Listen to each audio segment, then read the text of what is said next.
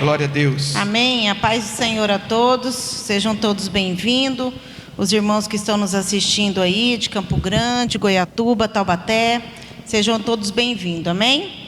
O Senhor tem uma palavra para o nosso coração hoje. Está no livro de 1 Samuel, capítulo 26, versículo 1. Alguns moradores de Sife foram a Gibeá e disseram a Saul: Davi está escondido na colina de Aquilá, em frente ao deserto de Gesimom. Então Saul partiu imediatamente e desceu para o deserto de Sife com 3.000 dos seus melhores guerreiros do exército de Israel, com o objetivo de cercar Davi. Saul acampou ao lado da estrada da colina de Aquilá, em frente do deserto de Gesimom. Entretanto, Davi permaneceu refugiado no deserto. Quando percebeu que Saul estava seguindo, enviou espiões e soube que Saul estava de fato nas redondezas. Sem demora, Davi foi até onde Saul e seu exército haviam acampado e viu o lugar onde Saul e Abner, filho de Ner, comandante dos seus soldados, haviam se deitado. Saul estava dormindo dentro do acampamento, com o exército acampado ao redor. Então Davi perguntou ao heteu a Alimeleque e Abisai, cuja mãe era Zeruia, e cujo irmão Joabe: quem descerá comigo ao acampamento até Saul? Abisai prontamente respondeu: eu descerei contigo. Então Davi e Abisai entraram durante a noite no acampamento. Saul estava dormindo e tinha fincado sua lança no chão, próximo de onde recostara a cabeça. Abner e seus outros soldados estavam deitados à sua volta. Abisai rogou então a Davi: Deus entregou hoje o teu inimigo nas tuas mãos. Permita que eu o atravesse com a sua própria lança e o encrave no chão com um só golpe. Não precisarei dar um segundo golpe. Mas Davi respondeu a Abisai: quem levantaria a sua mão contra o ungido de Yahvé e ficaria impune? E disse mais Davi: tão certo como vive o Senhor, Yahvé mesmo o haverá de ferir. Yahvé mesmo o haverá de ferir, quando chegar a sua hora e ele morrer, ou quando no campo de batalha tombar morto. Yahvé me livre de estender a mão contra o seu ungido. Apanhe agora a lança e a sua cabeceira e a bilha de água, e apartamo-nos ligeiro daqui. Então Davi pegou a lança e o jarro de água que estavam próximos à cabeça de Saul, e eles se foram. Ninguém os viu, nem os ouviu. Nenhum dos soldados acordou, porquanto todos dormiam pesadamente, pois o Senhor fizera cair um sono profundo. Então Davi foi por outro lado e se posicionou no topo do monte, ao longe, de maneira que havia grande distância entre eles. E Davi bradou ao povo e a Abner, filho de Ner: não respondes, Abner? Exclamou ele. E Abner replicou: quem és tu que chamas pelo rei? Davi retrucou a Abner: acaso és homem ou não? Porventura não és o melhor soldado de Israel? Então me responda: por que não guardaste o rei teu senhor? Pois alguém do povo esteve aí para tirar a vida do rei teu senhor. Ora, não é justo o que fizeste. Tão certo como Yahvé vive, és digno de morte, porque não velaste por teu senhor, ungido de Yahvé. Olha e vê onde está a lança do rei e a bilha de água que estava bem próxima à cabeça de Saul. Neste momento, Saul reconheceu a voz de Davi e exclamou: não é a tua voz que ouço, meu filho Davi? Sim, meu senhor e rei, redarguiu Davi, e acrescentou: porque o meu senhor teme em perseguir o teu servo? Que fiz eu que possa ser incriminado? Rogo-te, Senhor, meu rei, que ouças a palavra do teu servo. Se Yahvé que te impele a castigar a minha pessoa, certamente aceitará uma oferta de paz. Se, porém, são homens que hostigaram contra mim, que sejam amaldiçoados durante o Senhor. Porquanto hoje eles me afastaram da minha porção na herança de Yahvé, como se ordenasse: vai, cultua e serve aos outros deuses. Agora que meu sangue jamais se derrame sobre a terra longe da presença de Yahvé. Ora, o rei de Israel saiu com seu exército em busca de uma pulga, como alguém que sai à caça de um perdiz qualquer nos montes. Então Saul respondeu em voz alta: pequei, volta, meu filho Davi, nenhum mal te farei de agora em diante, pois tiveste hoje a minha vida em tão alta conta. Sim, tenho agido insensadamente, como um tolo, errei muitíssimo. Respondeu Davi: aqui está a lança do rei, venham dos teus servos buscá-la.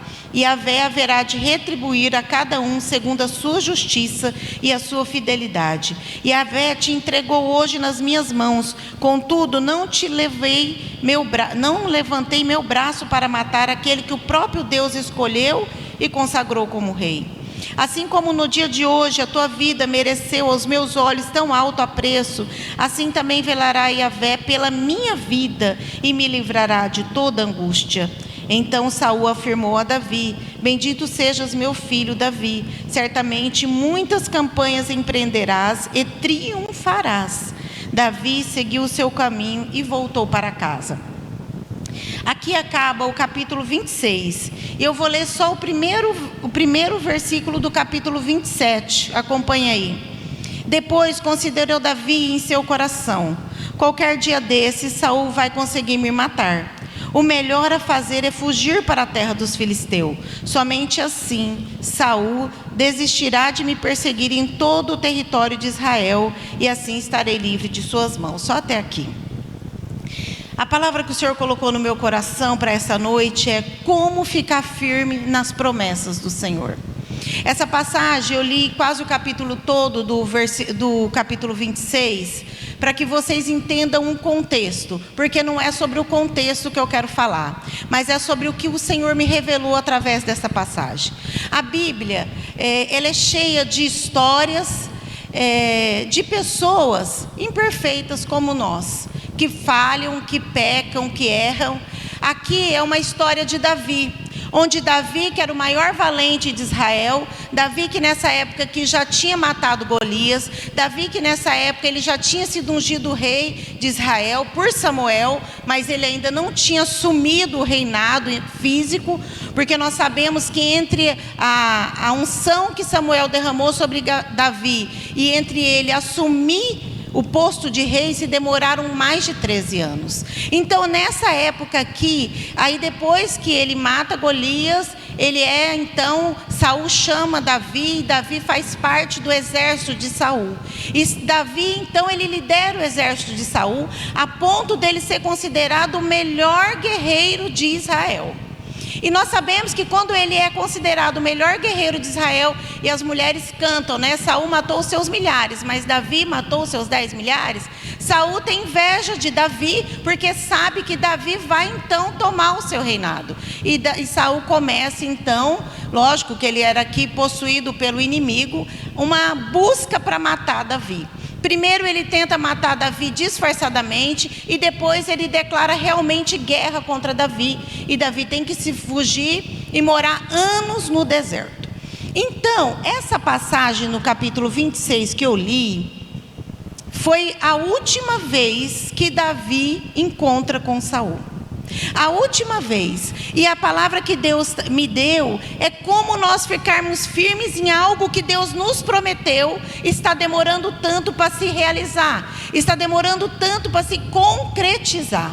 Aqui Davi estava próximo, bem próximo das promessas serem cumpridas. Ele estava muito próximo de se tornar o próximo rei de Israel. E neste tempo aqui, Davi estava no deserto. E quando eu comecei a ler, vocês viram que aí Saul ficou sabendo aonde Davi estava, porque Saul ofereceu também dinheiro para as pessoas falar. Então todo Israel começou a falar: o Davi está ali, Davi está no outro lado. E Saul ia com seu exército para pegar Davi. Mas nós sabemos que nunca Saul conseguiu pegar Davi. E essa foi a segunda vez que Davi teve a oportunidade de matar Saul. Mas as duas vezes que ele teve a oportunidade, ele fala a mesma coisa: eu não vou levantar a mão contra aquele que Deus ungiu, contra o ungido do Senhor. Deixa que Deus faça a obra. Davi estava crente.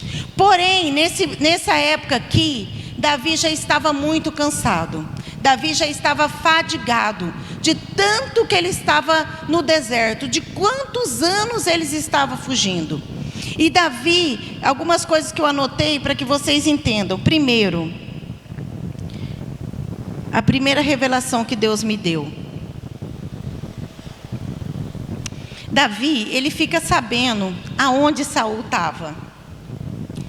E ele chama Abisai, né? Ele chama alguém para ir com ele. Abisai, que era um dos valentes de Davi, falou assim: eu vou com você. E vou entrar dentro do território do inimigo.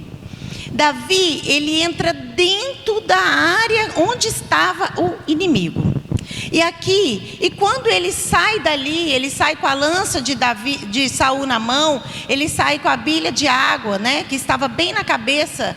A lança significando a autoridade de Saul, a lança significando o cetro do rei, e a água significando que a vida de Saul estava nas mãos dele, e ele poupou. Então ele leva aquilo ali para ele. E depois ele sobe no monte e ele fala assim: Abner, que era o comandante de Saul, cadê você que não protegeu o seu rei? Então ali há um confronto entre Davi e aquele exército do inimigo. E nós sabemos que neste confronto, Davi, ele sai vitorioso. Tanto que Saul fala assim: bendito és você, Davi. Porque totalmente, agora aqui quando ele fala, quer ver? Eu vou querer as palavras que ele fala. Lá no 25 ele fala: bendito seja meu filho Davi, certamente muitas campanhas empreenderá e triunfarás. Ou seja, até o próprio inimigo reconheceu que Davi ia triunfar, que não tinha como Davi não triunfar. Mas o que o Senhor começou a falar sobre esta palavra, eu não vou entrar no contexto histórico, mas eu vou trazer ela para a nossa realidade, para entender o que o Senhor quer falar. O Senhor quer falar que ainda que Davi era um homem segundo o coração de Deus, ainda que Davi era um homem cheio do Espírito de Deus, Davi passou muito tempo escondido, Davi passou muito tempo sem adorar o Senhor na casa de Deus. Ele não podia adorar, ele não podia ir na casa de Deus, ele não podia ir ali louvar, ele não podia ali apresentar sacrifício ao Senhor, porque ele era um foragido. E ele começa então a ficar só escondido nas cavernas. Ele junta os homens, muitas pessoas se juntaram a Davi porque defendia a sua causa, porque sabia que ele era certo e Saul era o errado. Só que Davi ficou fraco espiritualmente. Davi, ele estava numa posição de fraqueza espiritual. Ele estava longe da casa do Senhor, ele estava longe de adorar a Deus, ele já estava sendo perseguido há muitos anos e ele estava cansado. E nesse tempo que ele estava fraco espiritualmente, cansado, ele resolve fazer o quê? Entrar no território do inimigo. Lógico que Deus era com Davi. E aqui a palavra diz, porque Davi foi vencedor? Porque Deus fez cair um sono sobre todo mundo que estava no acampamento. Sobre todas as pessoas que eram do inimigo, caiu um sono profundo. E Davi entrou e Davi saiu sem ninguém colocar a mão nele. Porém, aquela visita que Davi fez naquele local não fez bem para ele. Aquela visita que Davi fez dentro do território do inimigo trouxe a Davi lembranças do passado. E isso trouxeram uma tristeza na alma de Davi.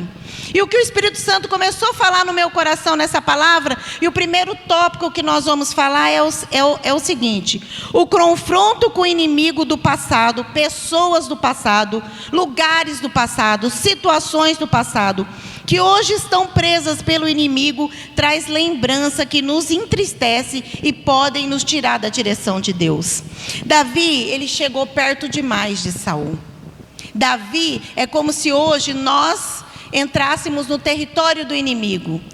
Então eu não bebo mais, mas eu vou lá naquele bar. Não, eu não uso mais droga, mas eu vou naquele lugar que vende. Eu vou ali, porque eu consigo entrar e sair. Talvez você entrou e saiu e nada aconteceu. Só que a opressão maligna veio com Davi.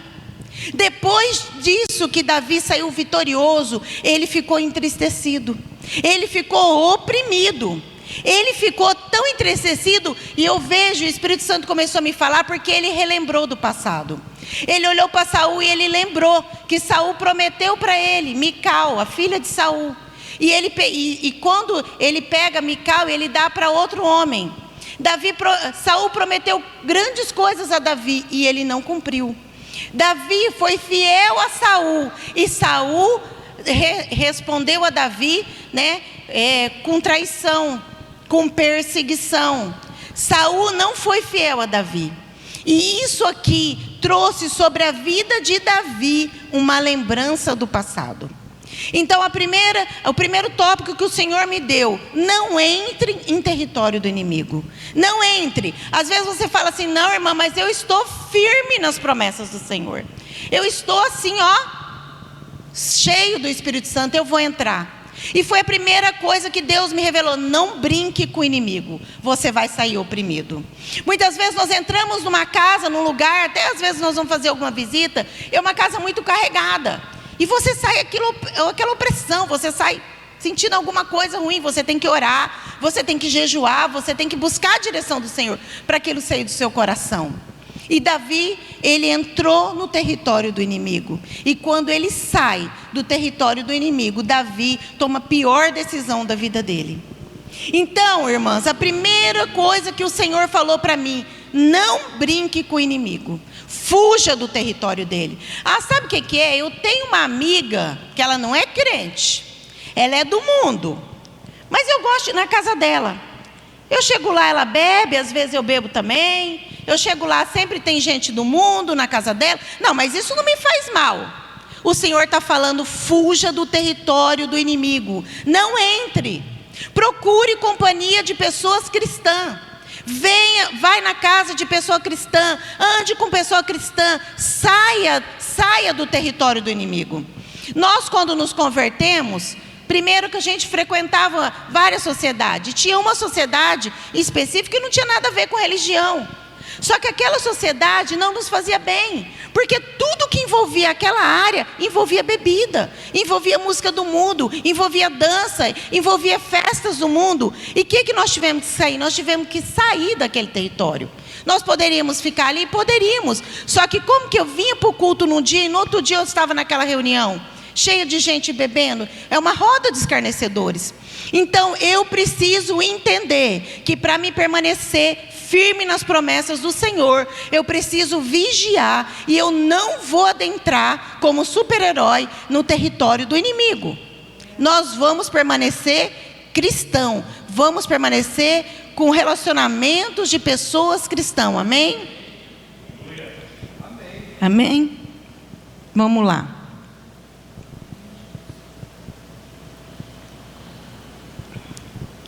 Davi, ele era um adorador. Davi, nós sabemos que a maioria dos salmos foram escritos por Davi. Davi, ele tocava, Davi, ele adorava, Davi escrevia. Davi, ele era um homem segundo o coração de Deus. Mas também Deus deixou registrado na Bíblia as suas falhas, para que nós venhamos nos identificar com as histórias das Bíblias e saber que um dia nós acertamos e um dia nós podemos errar. E o Senhor nos perdoa, amém?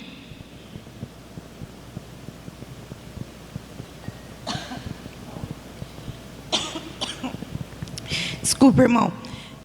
E o Salmo 122, as irmãs colocam aí. 122, versículo 1. Diz assim: alegrei-me com os que disseram, vamos à casa do Senhor. Irmãs, algo que nos faz firmar nas promessas do Senhor é cultuar com Deus, é vir na igreja. Hoje tem muitas histórias de pessoas desigrejadas, falam: não, mas eu sigo pela internet o pastor tal, lá do Maranhão, eu sigo o profeta tal, eu sigo tal pessoa. A Bíblia diz que nós temos que congregar. Olha o que diz Hebreus 10, versículo 25, diz assim: não deixemos de nos reunir como igreja, segundo o costume de alguns, mas procuremos encorajar-nos uns aos outros, ainda mais quando vocês veem que se aproxima o grande dia. Então a palavra está dizendo que nós não devemos deixar de cultuar. O fato de nós cultuarmos, o fato de nós termos uma sequência de culto, que às vezes, muitas vezes, nós vemos irmãos que sempre estão cultuando, mas nós vemos pessoa que vem uma vez, fica 2 meses sem aparecer na igreja, aí vem de novo. Essas pessoas, elas vão enfraquecer. Porque o mundo onde ela vive, o mundo, como se diz a palavra, o mundo jaz no maligno. E nós temos que vir na igreja. É na igreja que nós vamos ter uma palavra de direcionamento. É na igreja que nós vamos receber uma oração do pastor. É na igreja que nós vamos ter um direcionamento de vida. E aqui, o que nós vemos é que Davi estava enfraquecido. E ele quis então entrar no território do inimigo, amém?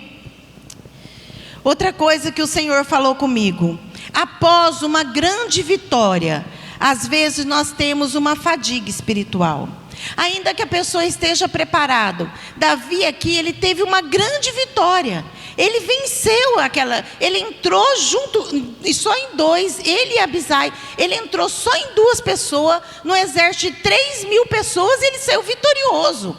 Então ele teve uma grande vitória. Só que após isso acontece, Deus deixa escrito sobre a vida de Elias, que Elias, depois que ele mata os 450 profetas de Baal, Elias fica depressivo. A Bíblia registra isso. Elias foge, Elias se esconde numa caverna. É uma fadiga espiritual, é um cansaço, é uma opressão, é um contra-ataque das trevas. E Davi, ele viveu isso. E na nossa vida não é diferente. Às vezes você faz uma visita, ora por uma pessoa, ou aqui na igreja, você se levanta, o Espírito Santo te usa, você ora por alguém e depois você sente uma fadiga espiritual. Mas por quê? Porque o inimigo às vezes se levanta contra a nossa vida. Mas nós temos que entender que o contra-ataque do inimigo, nós temos que ficar firme nas promessas e nas palavras.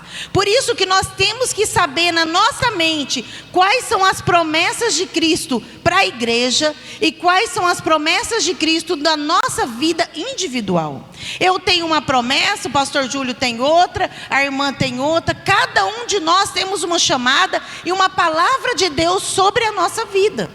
E essa palavra de Deus, ela tem que ficar firme nas nossas vidas, no sentido de nós não nos abatermos espiritualmente. Davi tinha uma grande promessa: ele seria o próximo rei de Israel. Como que Davi, ele acabou junto na batalha, no dia do confronto, ele fala para Saul que ele não quer sair de Israel, para Saul deixar ele ficar em Israel, porque ele não quer adorar outros deuses. E Saul fala: meu filho, eu não vou mais te perseguir. Mas acabou ali, e Davi pensa em seu coração. A Bíblia não diz que Davi orou, não diz que Davi jejuou, não diz que Davi buscou a presença de Deus para tomar uma decisão. Davi simplesmente, ele pensou em seu coração: é melhor eu ir para a terra dos filisteus. Ou seja, Davi saiu debaixo da promessa dele, saiu de dentro da terra de Israel, saiu debaixo das asas de Deus e foi buscar refúgio no inimigo. Ele foi morar na terra dos filisteus. E aqui foi a pior decisão da vida de Davi. Se o inimigo nunca colocou a mão em Davi, nem na família de Davi, depois nós vamos ver que Davi teve as 2 mulheres deles e todos os filhos levados pelas mãos do inimigo, porque ele tomou uma decisão errada. A fadiga espiritual, muitas vezes você fala: irmã, eu estou cansada, eu não consigo vir no culto, eu não consigo vir na igreja. O que eu devo fazer? Pede uma visita. Pede uma visita para nós, fala com o pastor da igreja, fala com uma irmã de oração, fala: irmã, vai lá em casa. Eu estou cansada, irmã, porque na época da fadiga espiritual, na época do seu cansaço espiritual, na época da sua fraqueza, vai vir a seta do inimigo para te tirar da presença de Deus. Foi assim da vida de Davi, e o inimigo ainda atua da mesma forma. Na época que nós estamos fracos espiritualmente, nós paramos de cultuar. Primeira coisa, a pessoa para de cultuar. Depois ela fala: não, eu estou assistindo as lives lá em casa. Eu venho na Santa Ceia. Esse mês eu não vim não, mas mês passado, há 60 dias atrás, eu vim na igreja, eu sou crente ainda. O que acontece com essa pessoa? O inimigo começa a jogar seta. O seu lugar não é aqui não, é melhor você ficar lá em outro lugar. Davi, ele recebeu uma seta na mente dele. Ele não orou ao Senhor, ele não buscou a direção de Deus. E a Bíblia diz que o nosso coração é enganoso e tremendamente corrupto. E nós não somos guiados pelo nosso coração, mas nós temos que ser guiados pelo Espírito Santo de Deus. E no momento de uma fadiga espiritual, no momento de uma opressão espiritual, o inimigo vai jogar uma seta. É melhor você ir para aquelas terras. E falou para Davi: por que você não procura lá no rei de Gate? Por que você não faz uma aliança com o inimigo? E Davi, um homem segundo o coração de Deus, fez uma aliança com o maior inimigo de Israel. O maior inimigo do povo de Deus sempre foi o filisteu. E ele fez uma aliança com os filisteus. Então Davi, que nasceu, que foi ungido, que foi separado, que foi preparado para lutar as batalhas do Senhor, ele passa para o outro lado e começa a lutar as batalhas do mundo. É como se hoje uma pessoa estivesse na igreja, batalhando as batalhas do Senhor, e ela sai da igreja e fala: não, eu vou para o mundo. Sabe o que é? Desde que eu virei crente, eu estou sofrendo uma perseguição no meu serviço.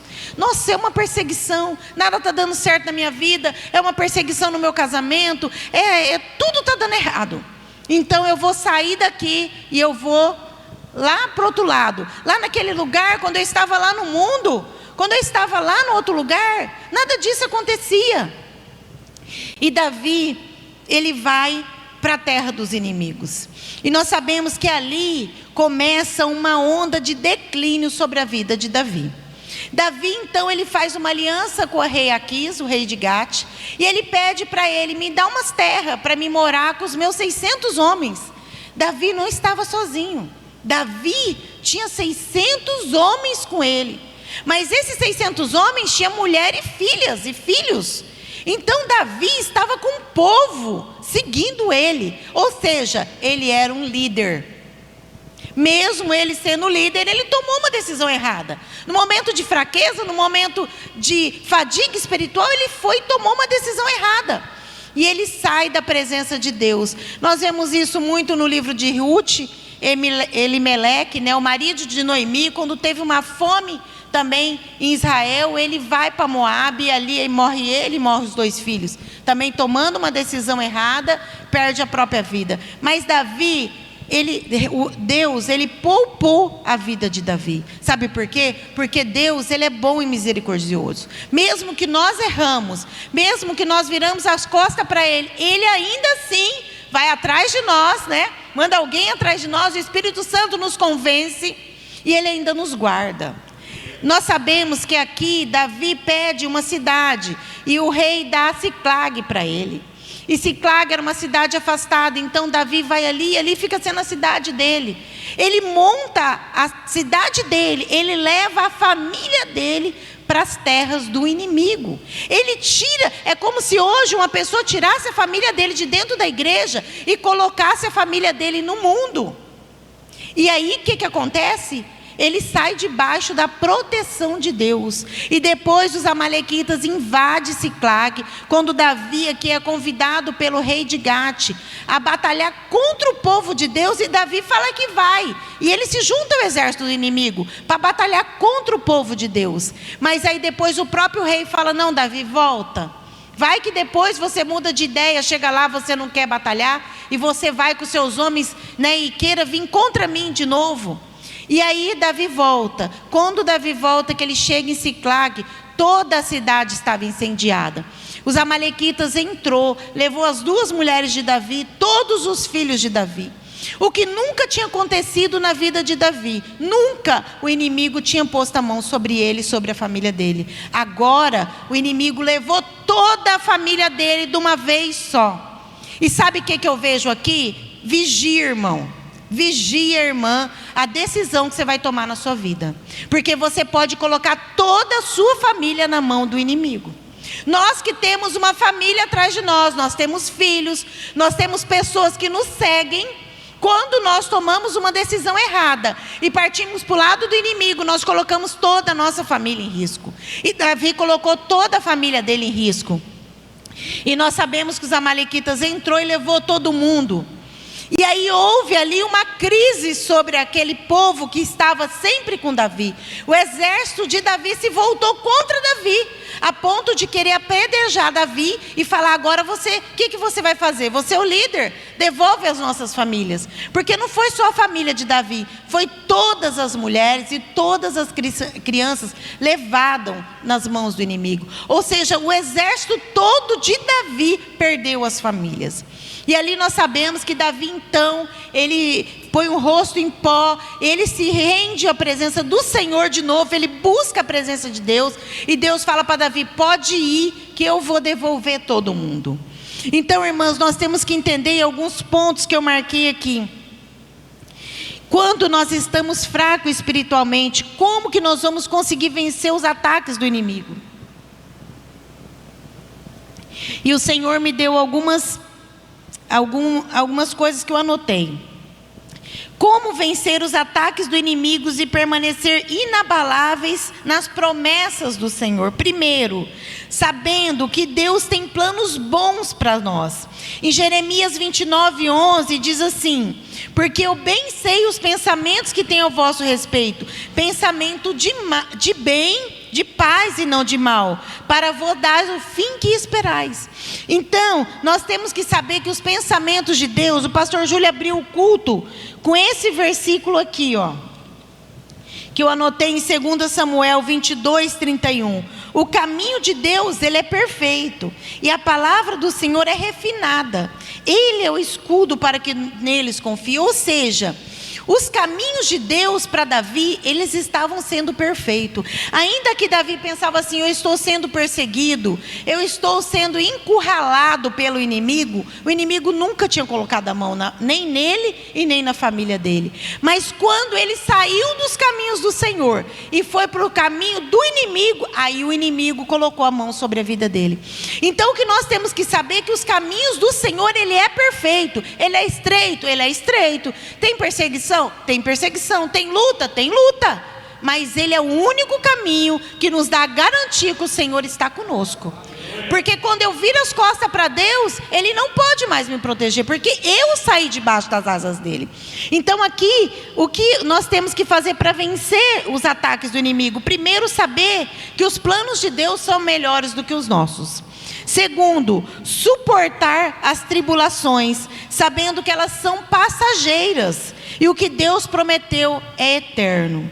Em 2 Coríntios, capítulo 4:17, diz assim: porque a nossa leve, momentânea tribulação produz para nós um peso eterno de glória muito excelente. Então a palavra diz: não atentando nós para as coisas que nós estamos vendo, mas para que nós não estamos vendo. Porque as coisas que nós estamos vendo são temporais, e as coisas que nós não estamos vendo são eternas. Davi olhou para o momento. Às vezes nós olhamos só aquele momento, nós olhamos só aquelas coisas temporais. Nós temos que começar a olhar o que é eterno. Porque se nós olharmos só para as coisas temporais, nós vamos ficar cansados, nós vamos ficar desanimados com as situações dos momentos. Mas a palavra está dizendo que essas leves, momentâneas tribulações vai produzir para nós um peso em glória. Amém?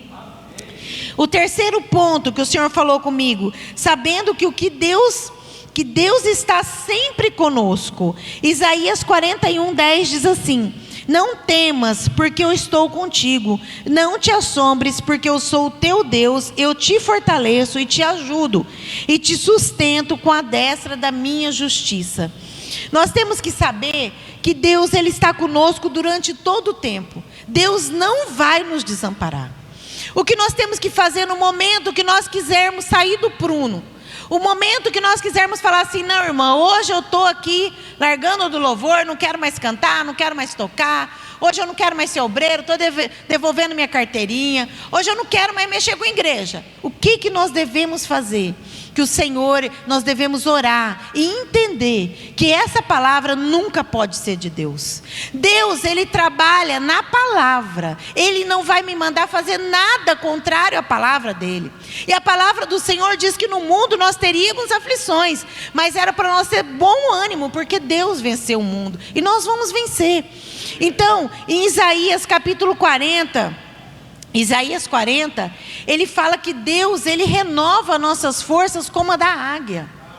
O que nós podemos fazer no momento que vem a aflição, no momento que vem a tribulação, no momento que vem a doença, no momento que vem a traição, no momento que vem o desemprego, no momento que vem a vontade de pecar, no momento que vem a vontade de assistir alguma coisa que não deve assistir, no momento que deve, a pessoa que fuma, que está tentando parar de fumar, no momento que vem a vontade de fumar, o que você tem que fazer? Você tem que pedir para o Senhor te dar forças. Fala, Senhor, o Salmo 40 diz que o Senhor é aquele que multiplica a força do cansado. O Senhor é aquele, olha o que o Salmo 40 fala, o Senhor dá força ao cansado e multiplica as forças ao que não tem nenhum vigor. E a palavra diz, os jovens se cansarão e se fadigarão, os moços certamente cairão, mas aquele que espera no Senhor, renovarão as suas forças, subirão com asas como a águia, correrão e não se cansarão, caminharão e não se fadigarão. O Senhor, Ele quer renovar as nossas forças. Você tem que pedir isso ao Senhor, porque o Senhor renova.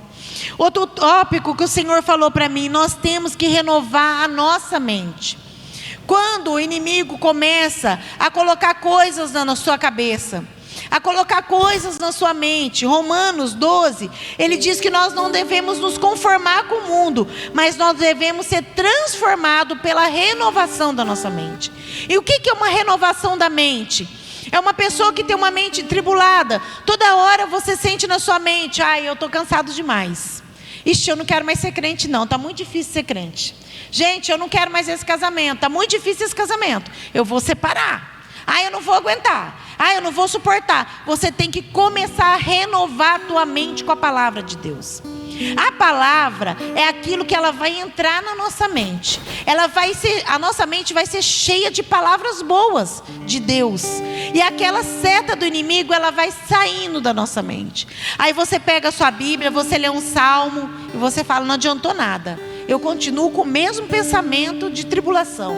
Eu vou ler mais um salmo. Eu vou ler mais um salmo, eu vou ler um provérbio. Agora eu vou lá e eu vou ler as promessas de Deus. Aí você vai pensar, Deus um dia me deu uma palavra. Eu estava lendo a minha Bíblia e Deus falou muito comigo nesse salmo ou nessa passagem. Eu vou ler de novo. Nós devemos então alimentar a nossa mente, o nosso espírito com a palavra de Deus. Amém? Conclusão. Davi saiu de Israel. Ele se aliou aos filisteus. Neste tempo, ele cometeu muitos pecados contra Deus. Ele mentiu, ele enganou, ele matou várias pessoas inocentes. Ele roubou, ele sujou as suas mãos com sangue inocente. Por mais que seja difícil ficar na presença de Deus, por mais que sofra ingratidão, não desista das promessas do Senhor. Um dia tudo vai passar. E você vai assumir a posição que Deus já concedeu a você. Davi tinha uma promessa sobre a vida dele, que ele seria rei de Israel. Ele teria que aguentar. Sabe por quê? A Sandra sempre fala isso quando nós estamos orando.